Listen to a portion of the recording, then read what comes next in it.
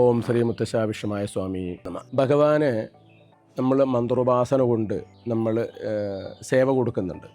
അപ്പോൾ ഭഗവാനെ നമ്മൾ കൊണ്ടുവച്ച് ആചരിക്കുകയാണെങ്കിൽ ഇന്ന് സമൂഹത്തിൽ പലതരത്തിലുള്ളതായ കിംവദന്തികൾ ഭഗവാനെ കുറിച്ചിട്ട് പറയുന്നുണ്ട്. വിഷമായ കുട്ടിച്ചാത്തൻ സ്വാമിയെ സേവിച്ച് കഴിഞ്ഞിട്ടുള്ള ദോഷങ്ങളാണ്, അത് കൃത്യാനുഷ്ഠാനങ്ങളില്ലെങ്കിൽ അത് ഭഗവാനെ തിരിച്ചടിക്കും, ഭഗവാന്റെ ഭൂതഗണങ്ങൾ കുടുംബത്തിനെ നശിപ്പിക്കും എന്നുള്ളതായ പല കുപ്രചരണങ്ങളും ഇന്ന് മാധ്യമങ്ങളിലും സോഷ്യൽ മീഡിയയിലും പ്രചരണത്തിൽ വന്നിട്ടുണ്ട്.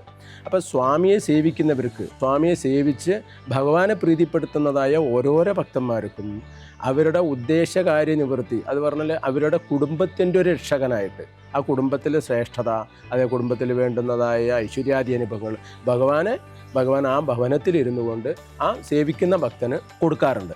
അപ്പോൾ ഈ സേവാമന്ത്രം, ഭഗവാന്റെ മൂലസേവാമന്ത്രം ഭഗവാന് എല്ലാവിധ പൂജാതി കർമ്മങ്ങൾ കൊണ്ട് പ്രീതിപ്പെടുത്തിയതിന് ശേഷമാണ് ഈ മന്ത്രോപാസന ആവശ്യമുള്ളവർക്ക്, പറഞ്ഞാൽ ഭഗവാനെ ഞങ്ങൾ കൊണ്ട് സേവിക്കുന്നുണ്ട്, ഞങ്ങൾക്ക് ഭഗവാന്റെ ഒരു ചക്രം വേണം അല്ലെങ്കിൽ വിഗ്രഹം വേണം എന്ന് ആവശ്യപ്പെടുന്ന ഓരോരോ ഭക്തനും ചെയ്തു കൊടുക്കാറുണ്ട്.